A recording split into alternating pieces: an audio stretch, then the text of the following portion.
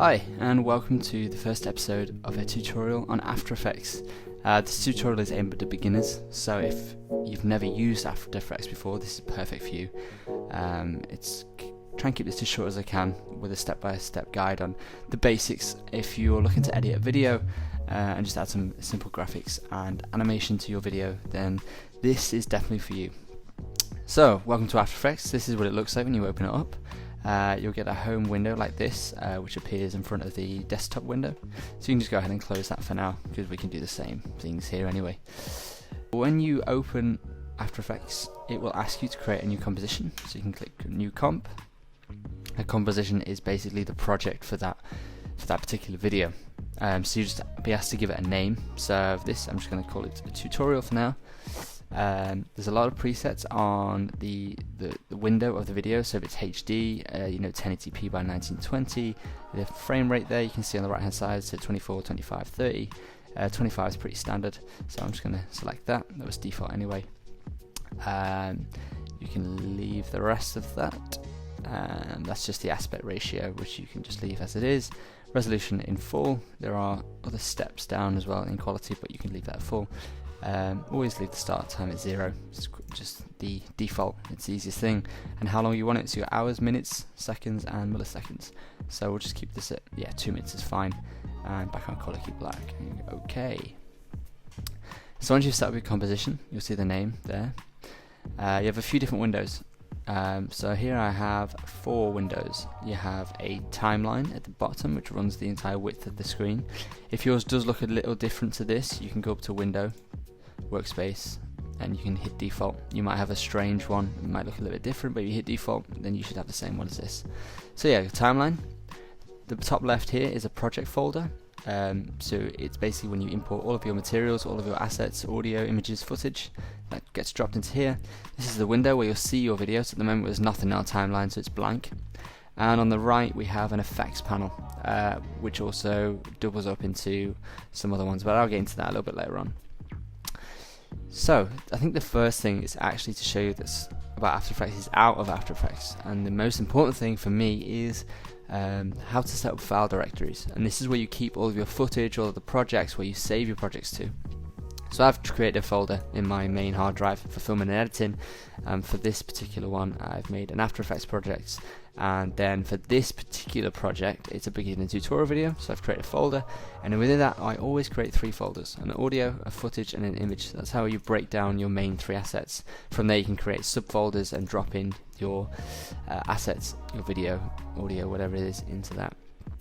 So I've got a stock footage here. Now, importing files into Adobe After Effects is quite easy. You can either drag and drop like that, and that will drag and drop into your project section there, or the other way, I'll delete that back out, is to go File, Import File, and then go to the file that you're after, which is the footage, stock audio, import as footage. Make sure it's import as footage is selected there. There we go. And then, so you'll see it's not actually in our timeline yet. It's just sat in this subfolder under projects. You can drag it into the timeline. There we go.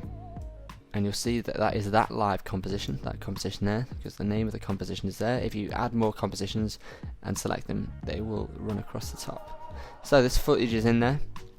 You'll see this blue needle cursor, which is basically where we're up to in the video, so you can drag this through. This video is about 54 seconds long.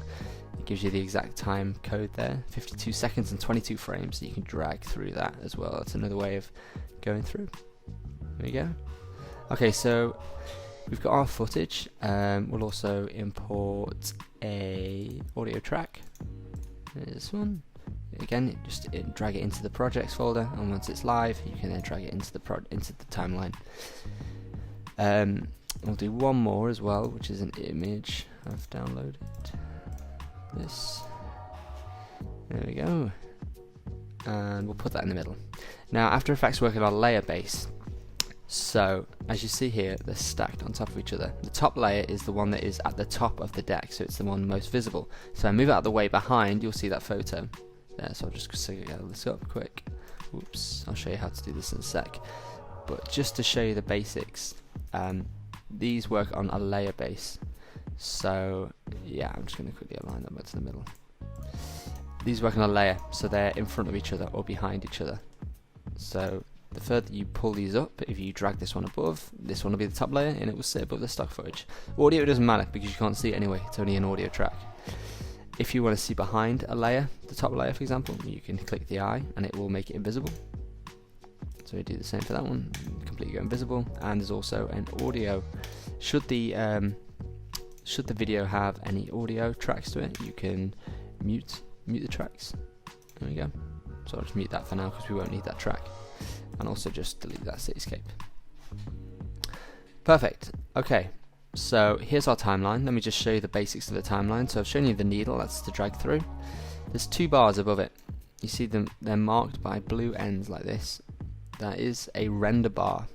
So once you've finished editing your video and you want to export that video out, you can choose of when you want to render up to. So for example, if I want to render up to exactly 50 seconds, I can go in there and change that to 50 seconds exactly, and that cursor will snap to 50 seconds. The second bar is a zoom bar, so you can pull these ends in and you'll see that the work area bar zooms in to exactly where you want to be. So again, I can hold shift and it will snap to that there. That's now snapped onto that 50-second timeline where that needle is. And so when I click render, it will render that exact portion. So that's the bottom one. The bottom is rendering. The top one is to view. So you can see there, that is viewing the part of the timeline, or you can zoom out and view the whole thing. So I just reset that, pull that back to the end. There we go. Perfect. That's a quick way of navigating through the timeline. So you've covered imported footage, and so the next thing is the basic tools. Now at the top left here you have a toolbar, you have a home that brings up that that menu that we saw at the beginning, so we don't need that, so you can ignore that one for now. Cursor, that's just your main cursor. You'll also see there is a hotkey, which for this one is V. There's a hand tool which allows you to move the video window. So if I was zoomed in all the way and I wanted to move across, I can do that. It doesn't actually move the video, it just moves the window that video is sitting in. Yeah. To set that back to default, you hit the little percentage magnification ratio box and hit fit, and that will fit it to the window, or alternatively you can zoom in, zoom out using all the different presets there. So, but fit is fine, and you'll notice as you change the size of those windows, it will zoom in and out accordingly. Brilliant. The next one is zoom. So you can either use that one. If you hold Alt, it will change it to a negative zoom. If you don't use Alt, it will be a positive zoom. Change that back to fit. Or you can just use the scroll wheel on your mouse like that. This is a rotate tool, so you can rotate your things. Alternatively to that, if you open up the layer, each layer has a drop down arrow, and then it's split it into transform, which is the visual transforms and the audio. So open the visual transforms. You have positional, so it gives coordinates of where the video is positioned, so you can move the position. You can scale up and scale down, but you can also unlink them. So if you want to scale up the Y but not the X, you can do that. I'll reset that. Rotation, there's how many degrees, and then a magnification, where you just ignore that one for now. You probably won't be using that. Just stick to the number on the right hand side. And opacity, so you can change how translucent the image is. Anchor point is also there as well. Anchor point is the this central point here, which is one of the next tools. You can move the anchor point. So for example, when you rotate it, it will rotate from that anchor point. Same with scale, and that's how that works. To center the anchor point, if you hit Control and double click, that will bring it back. And to create shapes, actually we'll come on to that later on in the video. So now that you know where all the main tools are, and the main menu is at the top there as well. I know there's a lot of things up there, so try not to get too confused by it. We'll go through that. A lot of things we'll be covering in the later videos as well, because it is quite complicated, especially for a beginner if you've just opened After Effects. Okay, So to play a sequence, you hit spacebar, it will play through the video, or you can go up to the right hand side and there's a preview bar and you can hit play there. If the space bar is a shortcut for another key, you can change it on here if you need to change it, so that's fine. And it will play at the frame rate that you've selected. So the composition is 25, so it's best to leave it at the same as the composition. So you can play through, or you can go frame by frame, or you can skip to the end, or you can skip to the beginning. So that's what those buttons do. Excellent. So cutting up a video. So if I wanted to, for example, at this point here where the ball meets, I'll just scroll through and get it exactly on the frame. Control Shift D, so it's Control Shift and D, will split your layer as you've seen now. So just undo it. Control Shift D will split it. So split it in two, and then if I go right, well actually I don't want any of these cloud shots. I want to skip straight to those pages. Control Shift D. You can then delete that and drag that back up. Press play, and then there you go. So that's how you cut up a layer, cut up a video. To duplicate, you press Control D. So there's some easy, quick hotkeys for you for editing video. You delete that and just reset all of those back to how it was. Audio. Again, it has a drop down. You'll notice it doesn't have a transform because it's not visible, so there's just be an audio section. You can open up the waveform, so you'll be able to see all of the waveform of that audio. And there is also a volume control there, so you can make it quieter or you can make it louder. You can go up to 12. I think it's plus 12 is the max. Yeah. So that's how you would edit the audio. Now keyframes. So this is what you'll be using a lot of the time. Keyframes are used to animate. Let's say I wanted it to zoom in on this picture. So this is how you keyframe it, and this works for however you would animate, whether you're animating saturation, whether you're animating opacity or blur or anything at all. So you would keyframe at the start of the animation. So, and then let's say 5 seconds later I want it to zoom in. There we go. So you'll notice at the start the keyframe turns blue, and it will give you a keyframe underneath along the timeline in the layer in the row of the transform. So this one's scale. So it's got one there and it's got one at the end. Now you can snap between these by using these little arrows. There you go. So you can get right onto that keyframe. So you'll see in between now it zooms in, and it zooms in quite steadily. I could also change the position, so I can go to the end there and move it to the right, and that will now zoom in and move right. You'll also see a kind of some animation handles in the middle. So you'll see these handles here. Just highlight the keyframes. If you move these handles, it will turn into what's called a Bezier curve. So it will move at a different speed. You'll see how it's moving in a funny way now. So you can change the way it's animated. The easy way to do this is to open up a graph editor. So animation is edited in graphs. So you'll see that these lines are straight, which means it's moving at constant speed, and once it reaches the end keyframe it will stop abruptly like this, and it stops. If you want a smooth transition in and out, the icon there is the graph editor. So that's flicks between graph editor and timeline. If you highlight the keyframes and hit F9, you'll see that they've changed shape to this kind of like hourglass kind of shape. These are now easy eased. So what you'll notice now is on the position, you'll see that it kind of gradually slopes and gradually slopes to the end. So you'll see it gradually speeds up, and then at the end it will gradually slow down. And you can change the speed of these. If you highlight the keyframe, go down to this little icon, these separate dimensions, and you'll be able to grab these handles and you can change them. So it's slow in the middle and fast at the end. Or you can bring them back to how they were. So you can have them really slow at the start and fast in the middle, so most of the movement is in the middle. There you go. And that's how you animate the using a graph. There are two graphs. There's a value graph, which you'll see, which is like this, and a speed graph, Also, it's worth mentioning when you animate positional, it will normally split the X and the Y. So you've got the X line there, and you've got the Y line there. I don't need the Y because we're not animating the Y, so I'm just going to deselect that. If you hit that stopwatch for the keyframes, it will delete all the keyframes. That's worth noting. Okay, so I'll change this graph from a value graph to a speed graph. Now you'll see it's a different shape. It always comes back to meet in the middle. I'm just going to put that there.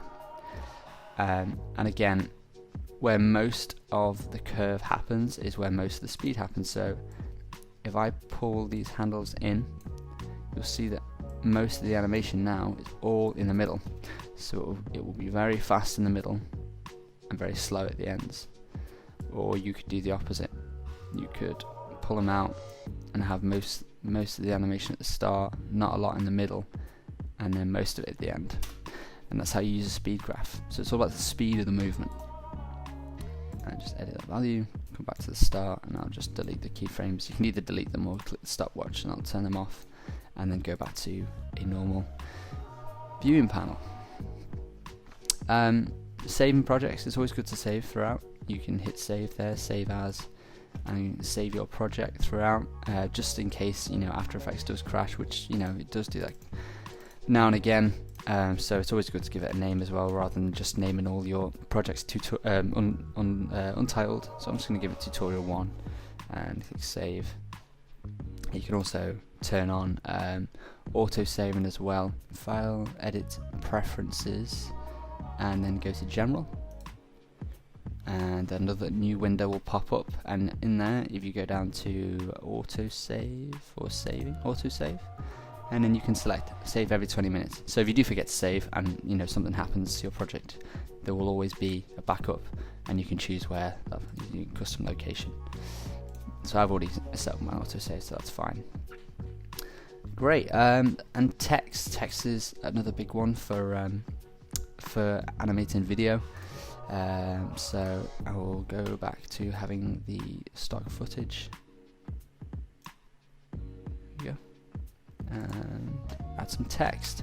So if you click the text at the top and then click on your window, and it will come up with a cursor, you can just add some text, or rather than write text, I'll put something a bit more interesting for tutorial. And it will go in the middle there. You'll see the anchor point up here. If you want to reset that back to the middle of the text, just control double click, and then you can come to align the text in the middle, in the vertical, and across the horizontal as well, so it's in the middle of your screen. Now you can either scale up, you can either make the text bigger by using the text, the character tool bar over here, which is on the right hand side underneath effects. You can make it bigger there, or you can alternatively use the scale, which is in there, but I would first set your character first to how you want it, and then if you need to scale up after, then use your text and scale in the layer, underneath the layer in the transform bar. So I'll just realign that. You'll see it's just shifted. When you do scale up with the font size, the anchor point will move, so it's worth resetting that and also realigning that to the middle. There we go. So that's how you create text. You can do a lot of things with that. You can, if you go into the character, you can change, how bold you want it. If you want it black, if you might want it hairline light. Lato, by the way, or Lato, however you say it, is a really good font. You can get it for free if you just type in Lato fonts. It will be there somewhere. You'll find a link on Google. So I'll just keep it regular for now. And you can make it italic. There's all different settings here you can play around with. You can change the spacing in between the letters, like so. Let's just set that back to 0, which is standard. You can also change the height, the scale of the height, and the scale of the width. Also, so if you had 2 lines of text, tutorial number 1, and they're quite bunched up together, you'll see that they're almost on top of each other. You can go to paragraph, and there is these space before paragraphs, so it's how much space you want between each line. Yeah. You can also change if you want it from the left, from the middle, or from the right. That's going to change just that line. If we go and select that, there we go. Ooh. just select all of that and go from the left, from the middle, or from the right. So keep it in the middle for now, that's fine. You can also, if you want to highlight it and just change the text that you've highlighted, you can do that by going italic, or you can go bold italic, or you can go light italic. There you go. So you can do all different crazy things there. So I'll just change that back to how it was. There we go. You can also change the colour in here as well. You want to make it red, or you can eyedrop and you can pick the background, which is quite cool. There's loads of different things you can do with text. You can also make an alpha matte as well. So if you want to have, I'm just going to scale it up for this one. If you want to make it so that text is the colour of the background, what you'd need to do is, so with your text on top, like so, if you hit F4, you go down to stock footage, track, and track the tutorial, you'll see that that tutorial now is in the colouring is actually the video behind. If you play that as well, you see how it plays behind. So that's a useful trick with text. Yeah, it looks really cool. And you can even as well, which is, and this is kind of a stylistic thing, if you duplicate that and drag it underneath, you might have to reset these actually. No track matte, go back to the start, make sure it's on there. There you go, and reset that. You'll see it's the same, but if you then, you know, brighten that text, for example, so if you want to make it bright, this is how you add an effect. You type in brightness, you add it on, and then you add the brightness to, actually you don't add it to the text, you add it to the stock footage behind. You'll see it. So you'll see it come alive. You could even, I don't know, like invert it. There you go. And you get like a cool blend of the original. So you can blend it out as well. So it's kind of like similar. So it's the same footage, but it's opposites. That just looks so cool. That's a nice effect for text. Anyway, so that's text. There's a lot more you can do with it. You can also, you know, animate it as you were saying. I will do a whole video on text later on. And show you all the different effects. You can typewrite effects, but that'll be in a later video.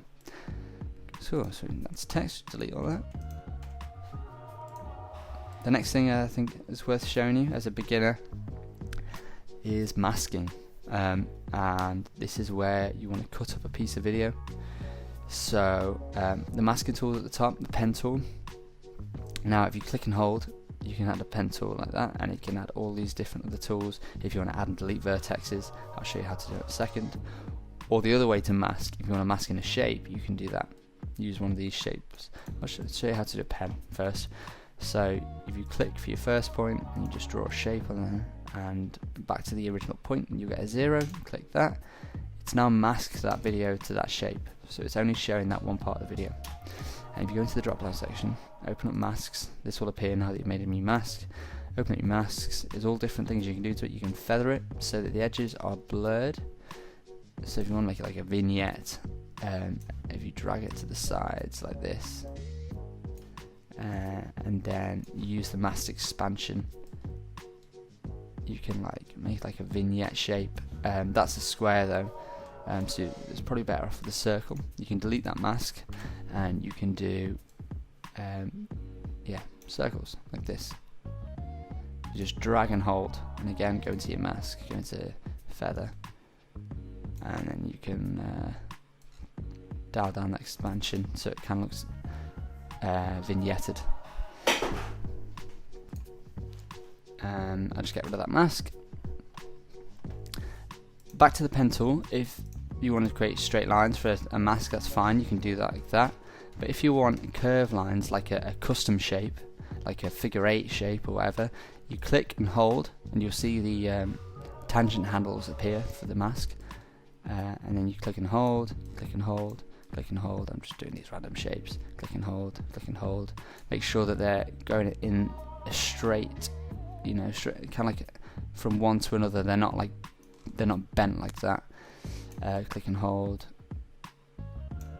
click and hold, and drag, and then drag it back to that one. There you go. So you can get all these weird shapes if that's the shape you're after.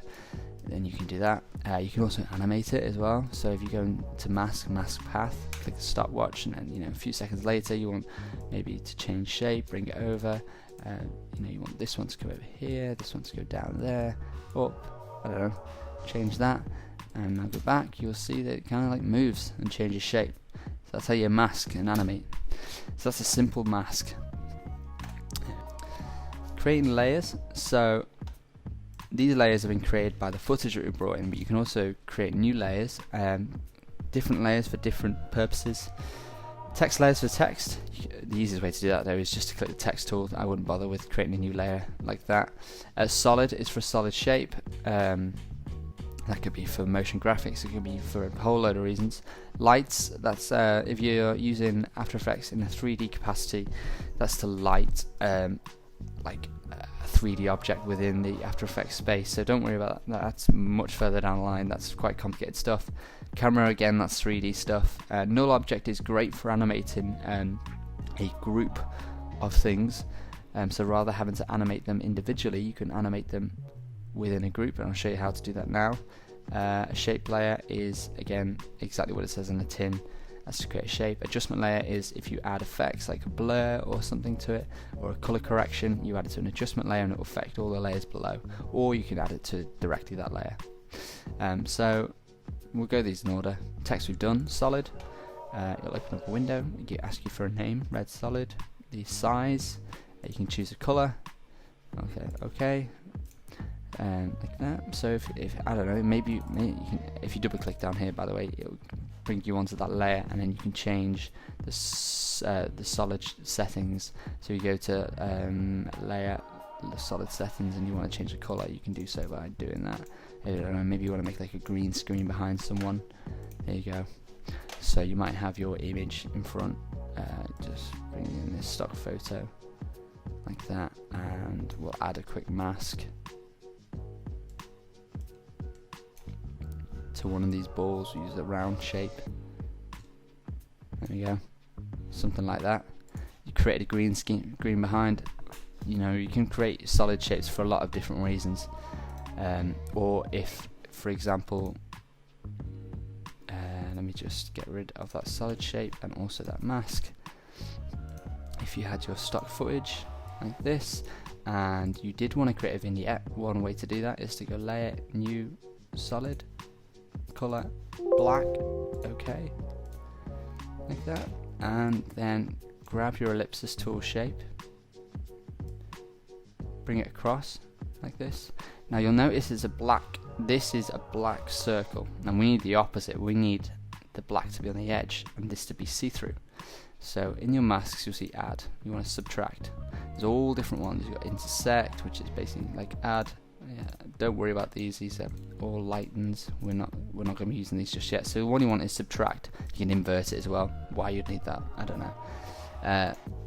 Mask, feather. So you can feather it here. Again, you can turn off the link if you want to only do the X or the Y's. We'll feather it. I'm just going to move this mask up a little bit because it's not quite in the middle. There we go. Expansion, like that. So there you go. You get like a slight vignette around the edge now. It's dark around the edges. So that's how you'd add a vignette. That's what these solids are good for. Next thing was a new null object. A null object is, so I'll do this in a very basic terms. You don't actually see a null object. It's kind of like an invisible layer.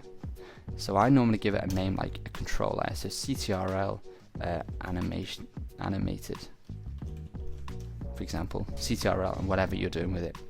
You can also change the color of a layer as well. If you click on the red box, you can change it to different colors. So if you want like a, I don't know, fuchsia pink, you can do that. Make them stand out. So we got a stock footage. There we go. Bring in our image for this. So let's say I had an image, for example, that started from off screen and came on like that. And make it a bit quicker. You can move these across to make them quicker. Move on like that.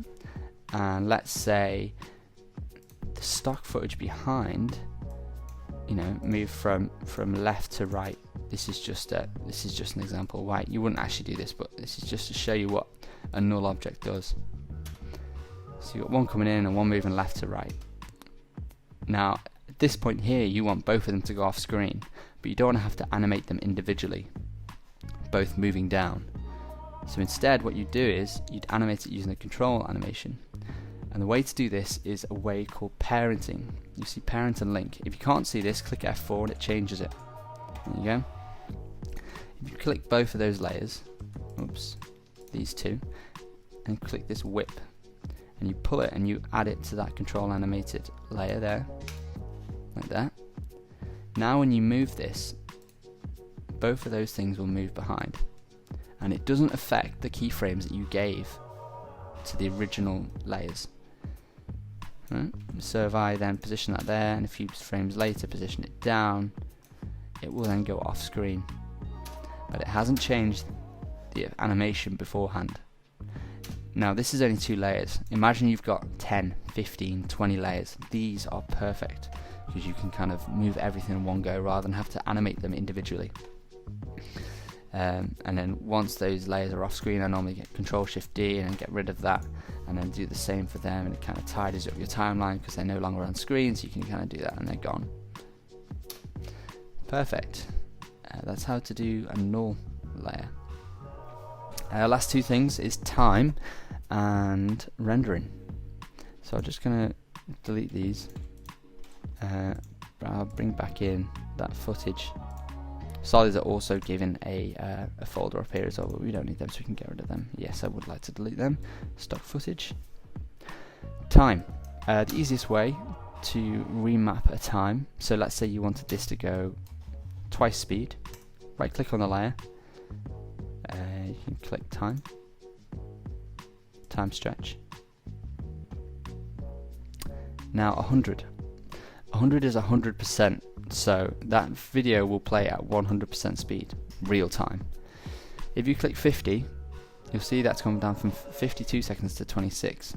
Basically 50 is 50%, but it's not 50% speed.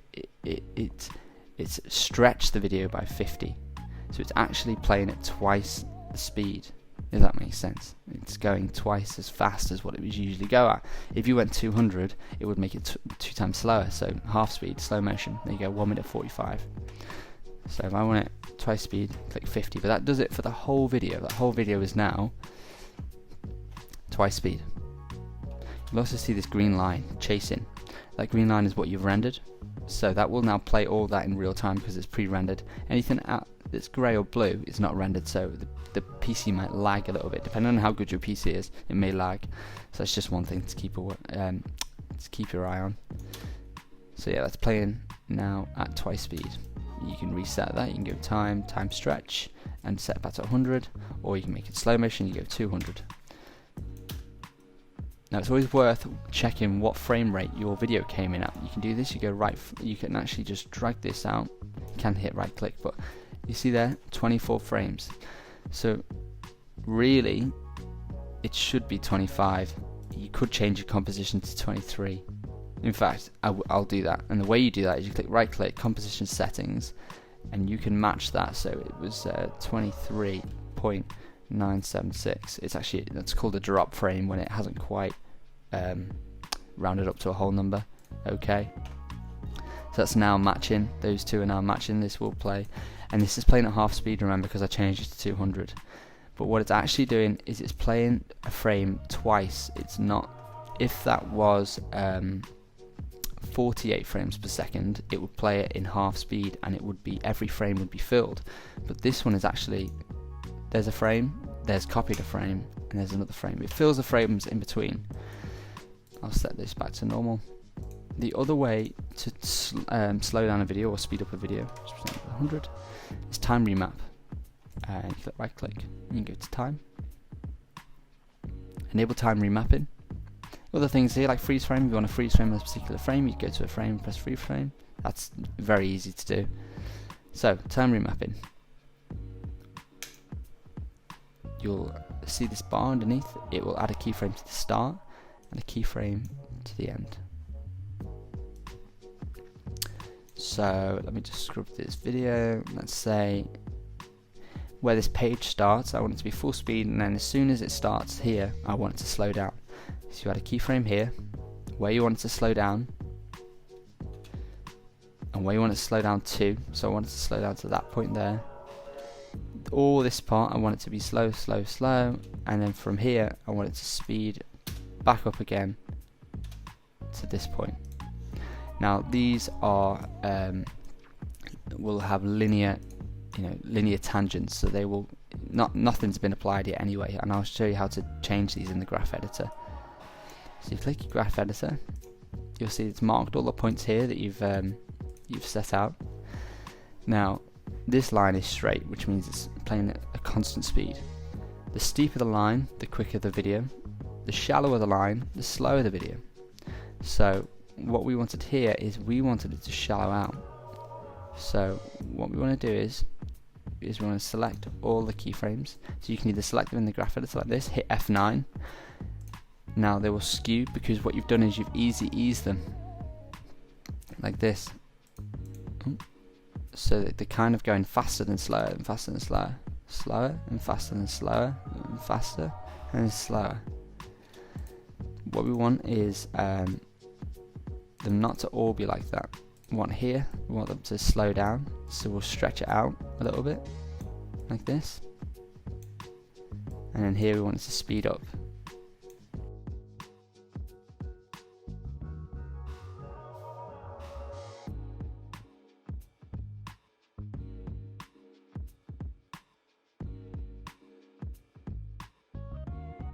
So now you'll see this change now when we play it through.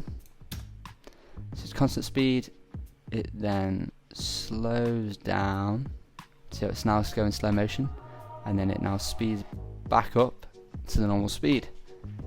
So now it's back to normal speed. And that's how you change the speed of a video in one segment. There we go. Change that back to normal, just zoom out a bit, and you can also get rid of that. Perfect. And the last thing, so once you've done all that, you might have added some text. I'm just going to stick that on the top there, center that, put that in the middle, and you now you want to render that whole sequence out. So we go to the end, pull this in, we want to render this 10 seconds here. Maybe you might want to do the full 50. We're just going to do these 10 seconds. Zoom back in. Again, I'm just going to pull that down to that 10-second bar here. This area is going to be rendered. It's called the work area bar, that by the way. So, selected where we want to render. We go to File. We go to Composition. And we go to Add to Adobe Media Encoder Queue. And this is where all the rendering takes place. So you click on that. That's the logo for Media Encoder. If you want to check in your app store to make sure that you've got it, there it is. So I've got it. Make sure you've got that downloaded, and it will show up here in Media Encoder. So if you click where it says Match Source Rate, this will open up the settings for that video. H.264 is standard video, and that will render out at 1080. You've got to go to presets. I would keep it a match source, which is the composition settings that you set it at, so that's fine. You can change it in here if you want it for a specific for Vimeo 720 or YouTube, but I would just leave that. I wouldn't bother with any of those. I'd keep it a match source, and you can select a name and a location. So if I go to where I keep my project, so After Effects beginner tutorial, I would go new folder, and I'd put I'd call it output, or whatever you want to call it. Open that to that folder, and I would call it tutorial 1. That's what I want to call the name of the video, tutorial 1.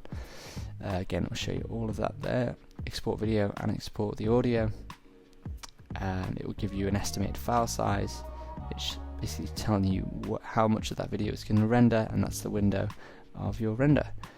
You can add metadata to it if you want.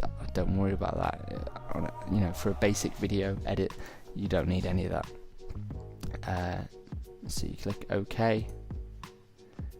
It will then.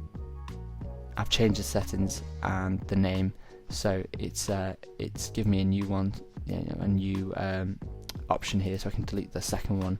Yes, I would like to delete the second one. And this is the output file, H.264. Once you're ready to render, select it and click the green arrow, the play arrow in the top. You can see it rendering in the window, and it gives you the progress bar there. So that is now rendering, and it's now complete. There you go, green tick, that's all done. Now if you go to the file, begin tutorial, output, there's the video. Right there, that's rendered. Perfect. And that is the first tutorial video of basics on After Effects. I'm going to do more of these, but more in depth on specific animations and video editing. A lot of the stuff that we covered today you can do in Premiere. Premiere is another great another great Adobe video editing software. It's more of a basic one. This is more geared toward animation and motion graphics and adding that polished look to videos. So I will also be covering Premiere in my video tutorials, so keep an eye out on the channel for that if that's something you'd be interested in. But yeah, until next time, thanks for watching. I'll see you later.